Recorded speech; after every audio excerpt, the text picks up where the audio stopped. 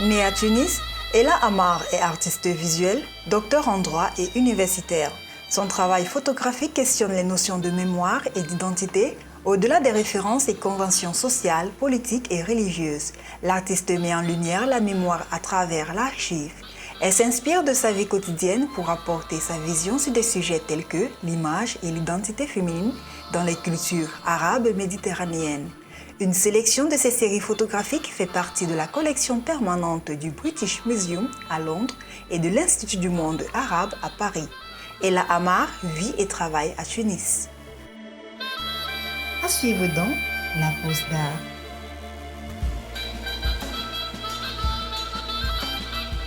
Bonjour Ella. Bonjour. Merci de nous prêter de ton temps. On va essayer de brosser ton parcours. Ça serait prétentieux de le faire juste en une seule prise pour ce podcast, mais nous ferons au mieux. Merci. Et généralement, la question par laquelle nous commençons, c'est de savoir comment toi tu es arrivé à l'art. Oui, je ne suis pas arrivée à l'art par les voies traditionnelles. En fait, j'ai un parcours un peu particulier parce que quand j'ai voulu faire les beaux-arts, quand j'ai eu mon bac et je voulais faire les beaux-arts, mon père qui était juriste, il m'a dit « Écoute, il y a une fac de droit qui vient d'ouvrir, ça serait bien que tu continues la tradition familiale. » Et donc, j'ai fait des études, j'ai commencé des études de droit et en parallèle, je me suis inscrite aussi à un atelier d'artiste, d'un artiste connu en Tunisie qui venait d'ouvrir ses portes à de nouveaux élèves. Donc, c'est comme ça que j'ai fait en parallèle 5 ans d'atelier et puis mes études de droit.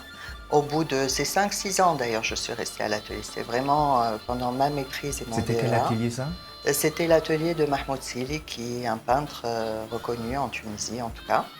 Et donc il m'avait appris un peu les bases, d'abord de la peinture, du dessin, et, et puis la pratique finalement de l'art. C'était extrêmement pratique parce qu'il peignait, on peignait avec lui, on se corrigeait les uns les autres, etc. Donc voilà, sortie de là, de cet atelier, je regarde ce que je fais et je vois que j'étais complètement imprégnée par aussi bien la technique que l'univers de cet artiste peintre. Et je me suis posé la question, où suis-je? Où je suis? Où est ma touche? Où est ma personnalité? Dans ce que je fais, c'était pour moi une pâle copie de ce que faisait mon maître. Et donc j'ai arrêté. J'ai tout arrêté. Pendant 10 ans, je n'ai plus retouché ni à mes crayons, ni à mes pinceaux. Et j'ai terminé ma thèse, m'a permis de terminer ma thèse en droit, en droit des marchés financiers, c'est-à-dire absolument rien à voir avec l'art. J'ai obtenu mon doctorat, j'ai eu 2 enfants.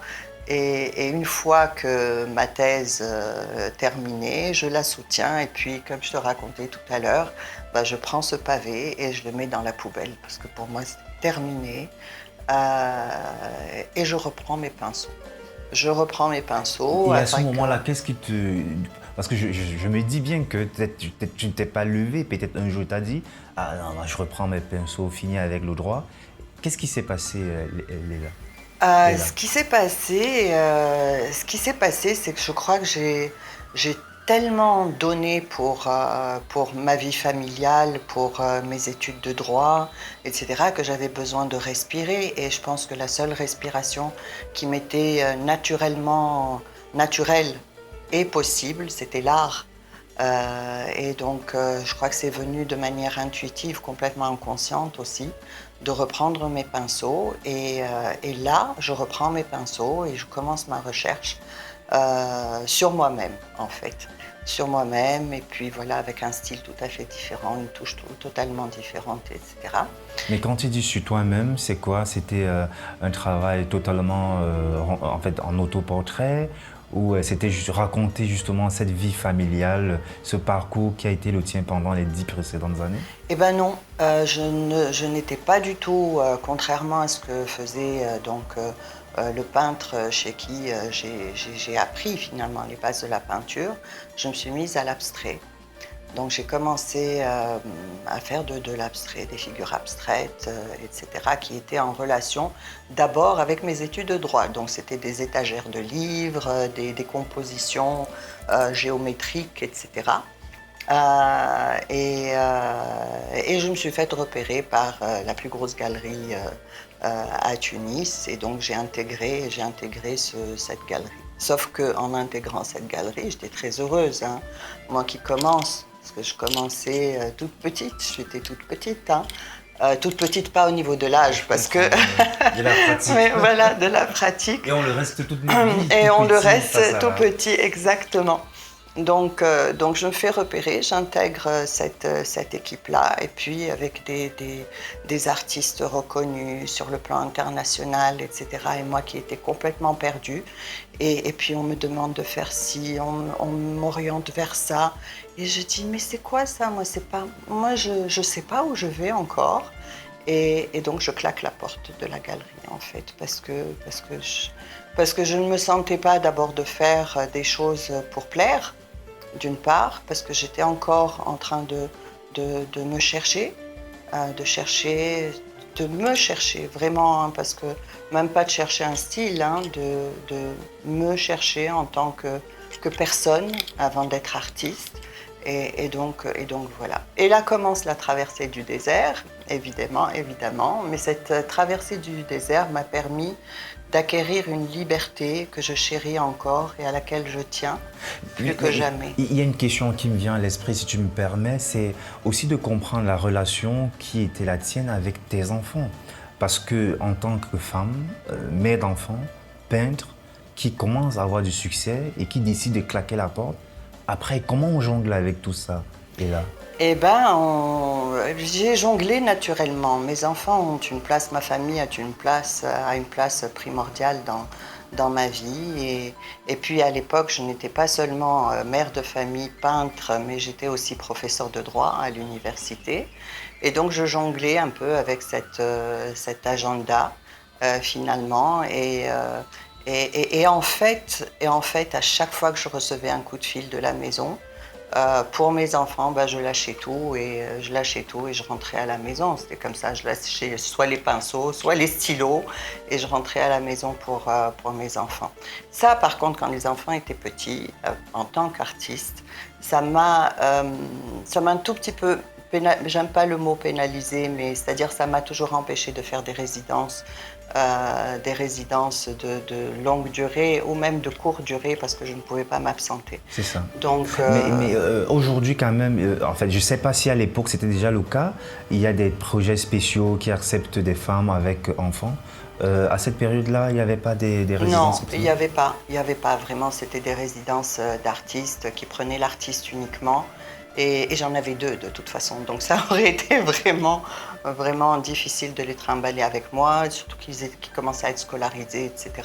Donc c'était difficile, mais pour moi c'était ma vie, quoi. Donc je l'acceptais telle qu'elle était. D'accord. Et comment elle nourrissait finalement ta vie d'artiste, ta création? Est-ce que cette vie la nourrissait aussi quelque part? Oui, parce que en fait j'ai la chance, c'est très marrant, hein, parce que j'ai la chance d'avoir une famille qui m'a beaucoup aidée, supported, vraiment. Et en fait, voilà, mon mari faisait tout pour que j'ai des moments de liberté, ma mère aussi, ma belle famille s'occupait des enfants quand j'étais pas là. Donc oui, ils étaient très présents pour moi et j'ai toujours fait en sorte à pouvoir m'accorder du temps pour ma peinture, etc. Donc c'était pas évident, mais je m'en plaignais pas, c'était ça, je voulais... C'était la vie. C'était la vie, exactement, c'était la vie. Et donc tu voulais arriver à ça, cette traversée du désert là. Oui, cette traversée du désert, en fait, où je claque la porte d'une grosse galerie et je me retrouve, voilà, toute petite, en train de faire mon premier pas, sans rien, sans connexion, sans réseau, sans absolument rien. Et j'ai eu la chance, en fait, de participer à un gros festival en Tunisie qui s'appelle Dream City, qui est un festival multidisciplinaire d'art en espace public. Et chaque artiste est amené à créer une œuvre en espace public en relation avec le thème de l'artiste citoyen, le thème général de l'artiste citoyen. Et c'est là que j'ai fait mes premiers pas et puis ça m'a donné une manière de voir les choses qui était complètement différente de celle qu'on pouvait avoir en tant qu'artiste affilié à une galerie. Donc une liberté de choix d'abord, une responsabilité également et des rencontres extraordinaires. Voilà. Et puis aussi, bon ça c'est plus tard. Donc entre-temps, je suis encore dans la peinture, dans des installations, etc. Et puis, mais déjà, à cette période-là, est-ce que le travail pictural avait évolué? Parce que tu nous as bien dit que après, en fait, ta première période, on dira de peintre, c'était des choses abstraites, mais aussi des choses très linéaires.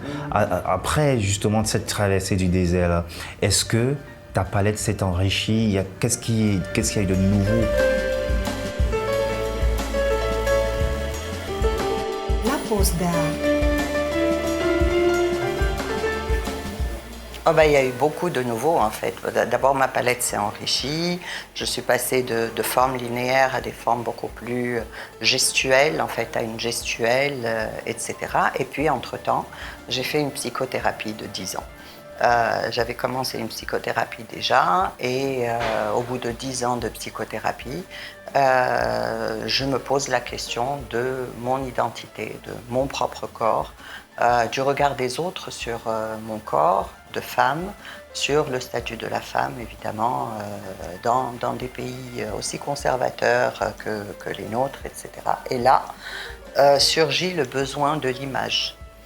Surgit le besoin de l'image, non seulement de l'image, mais aussi de se mettre en scène, de me mettre en scène dans mes propres images. Et c'est comme ça que je commence la photo, bien évidemment, donc en me mettant en scène dans mes propres images pour parler des questionnements qui me traversaient à l'époque, c'est-à-dire ma condition de femme, et surtout, en fait, le regard, c'est-à-dire le regard qui est posé sur nous, et cette différence, et puis le regard qu'on se pose sur nous-mêmes. D'accord. Donc, s'il te plaît, est-ce que tu peux développer plus cette partie-là de justement ces regards qui peuvent être, qui sont extérieurs mais aussi intérieurs? C'est quoi ces regards-là? C'est des regards qui ont différentes natures et parce qu'il y a différents regardants. En fait, il y a d'abord le regardant immédiat, c'est-à-dire la société dans laquelle tu vis. Et il y a le regardant historique, on va dire. Et là, je me réfère à l'imagerie qui existe autour de la femme nord-africaine ou africaine de manière générale. Et là, donc, il s'agit de l'imagerie orientaliste, bien évidemment. Donc, historiquement, nous avons été sous protectorat français et nous avons une riche imagerie concernant la femme nord-africaine produite par des photographes français.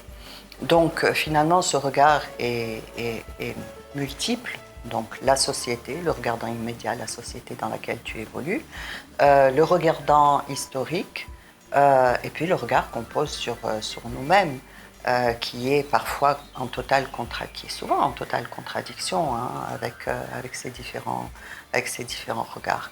Et donc pour moi, la problématique était celle que finalement, si on se réfère à ces regardants extérieurs, c'est-à-dire notre identité, du coup. Notre identité est façonnée par des fantasmes, des projections, des préjugés, souvent. Donc elle est façonnée par ça. Mais en même temps, quand on se réfère à ce regard intérieur, elle est façonnée par nos traditions, par notre éducation, par nos propres questions, par les questionnements qui nous traversent. Et souvent, il y a une contradiction entre ces deux regards. Et quelle est, selon toi aussi, la place de la religion dans tout ça? Oui, évidemment, quand je parle de culture, je parle évidemment de religion. Nous sommes en majorité musulmans en Tunisie, donc il y a une forte tradition musulmane qui a été jusque-là assez souple, c'est-à-dire on a toujours été un pays de tolérance, avec des traditions musulmanes, mais pas islamiques dans le sens des pays islamiques, etc. Ça a changé pendant un moment et il y a eu, mais ça c'est un autre sujet. Donc oui, la religion a une place également, puisque elle n'agit pas seulement sur la pratique intime de la personne, mais aussi sur l'extérieur de cette personne, ne serait-ce qu'à un point vestimentaire etc. Et ça complique encore plus le regard, finalement, qui est porté sur la femme en terre d'islam. C'est-à-dire qui ne porte pas le voile, par exemple, qui ne pratique pas ou qui ne jeûne pas, etc. Et donc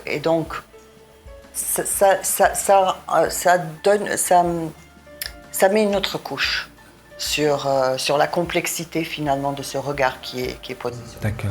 Il y a quelque chose qui m'intéresse beaucoup, c'est ce regard historique ou colonial, oui. Parce que ça, nous avons ça en commun, que ce soit au Mali, le Cameroun dont je suis originaire. D'après toi, Elia, comment ce regard historique impacte ou a fait changer la population tunisienne, quelque part? Toi, en tant qu'artiste qui observe aussi et t'inspire de cette population, je suppose, pour ton travail. Oui, en fait, ça pose le problème de l'orientalisme de manière générale. Orientalisme qui est la projection des fantasmes occidentaux sur l'Orient, en réalité, et donc l'Orient par opposition à l'Occident. Donc l'Orient serait l'Afrique du Nord, l'Afrique subsaharienne, etc. C'est les pays arabes de manière générale. Donc oui, cela affecte en fait la perception de cette identité. Parce que cette identité devient une identité indigène, une identité exotique. Qui n'a de valeur que lorsqu'elle est montrée d'une certaine manière, de la manière occidentale finalement, qui n'a de valeur et qui ne peut avoir de présence que par rapport à un seul regard. Et puis cela affecte d'une deuxième manière, c'est-à-dire quand vous prenez l'imagerie orientaliste, c'est vrai que les femmes sont habillées de manière traditionnelle, elles portent des bijoux traditionnels, etc. Alors ce qu'on fait encore maintenant dans nos pays, c'est-à-dire nous sommes restés très attachés à nos traditions, nous portons encore nos habits traditionnels pendant les fêtes, nous portons les bijoux traditionnels pendant nos fêtes ou dans certaines occasions, etc. Mais ce n'est pas pour cela, finalement, que nous répondons à ce regard extérieur, ce regard occidental. Vous comprenez ?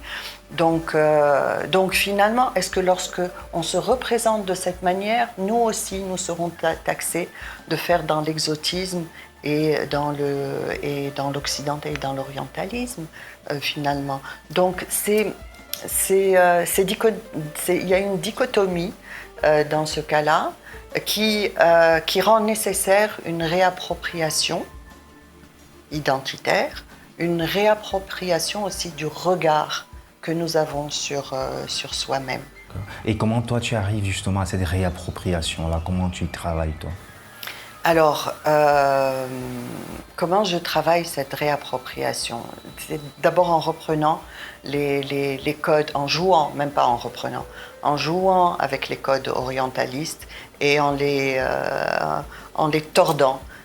Si vous voulez, pour justement d'abord donner une approche un peu plus dérisoire de ce qui s'est fait, mais aussi en affirmant une identité qui est multiple, qui est faite de couches finalement, de couches de regards qui au final et au fil du temps se sont complètement imprégnés dans notre peau. Et je parle dans plusieurs de mes séries de mémoire du corps, en réalité, qui a accumulé tous ces regards, qui a accumulé tous ces calques. Finalement, je travaille beaucoup avec les calques d'ailleurs, tous ces calques, et puis qui expriment une réalité qui est complexe et qui est la nôtre. C'est qu'il y a une chose vraiment intéressante aussi à savoir pour les auditeurs de ce podcast, c'est le process qui est le tien dans la création. C'est-à-dire, quand Ella a une idée, comment elle aboutit à ce qui pour elle est, je dirais, je mets entre parenthèses, le produit fini ou le produit final. D'accord. Quels sont les process qui sont les tiens? D'accord. Alors, le process qui est le mien, c'est un process qui est très intuitif dans la mesure où d'abord où je n'ai pas été à l'école des beaux-arts, donc je n'ai pas intellectualisé les choses, etc., ou à avoir des références académiques. Et alors, petite parenthèse, pendant très longtemps, j'ai eu ce complexe énorme d'être l'outsider, de ne pas avoir fait d'études d'art. Ouais. Et c'est finalement, je me rends compte, après plusieurs années où je me suis morfondue, que c'est une véritable chance de ne pas d'avoir eu cette liberté d'apprendre sur le tas et d'apprendre par nécessité. C'est-à-dire quand j'ai une idée et que je ne sais pas comment la faire, eh ben, c'est très simple, j'invente, je demande à des amis, je vais sur Internet et je trouve le moyen qui est le plus adapté à ce que je veux transmettre comme message. Donc c'est ça un peu mon processus. C'est vraiment quand j'ai une idée, c'est très intuitif, c'est dans l'urgence. Et donc du coup, je choisis le médium qui est le plus à même de me permettre de m'exprimer le plus de la manière la plus rapprochée à ce que je veux dire. Et c'est pour ça d'ailleurs que quand on me dit je suis photographe, non, je ne suis pas photographe, j'utilise l'image en réalité. Donc je fais de la vidéo, je fais de l'installation, je travaille avec des images d'archives, je fabrique moi-même mes images, etc. Donc voilà. Et d'ailleurs, médiums différents, mais aussi, ça peut être un reproche, hein, mais c'est pas grave, à la limite, esthétique différente aussi. Esthétique différente, c'est-à-dire je pense que chaque travail, d'abord je travaille par projet et par idée, et donc chaque travail nécessite, pour moi en tout cas, une approche, une esthétique et un médium qui pourrait être différent d'un autre. Évidemment, si vous voyez tout mon travail, il y a toujours un fil rouge, au propre et au figuré d'ailleurs, mais les esthétiques sont parfois différentes. Surtout quand il s'agit de portraits photographiques et d'installations, en fait, qui sont plus dans le minimalisme. J'utilise beaucoup de broderies, etc. La pose d'art.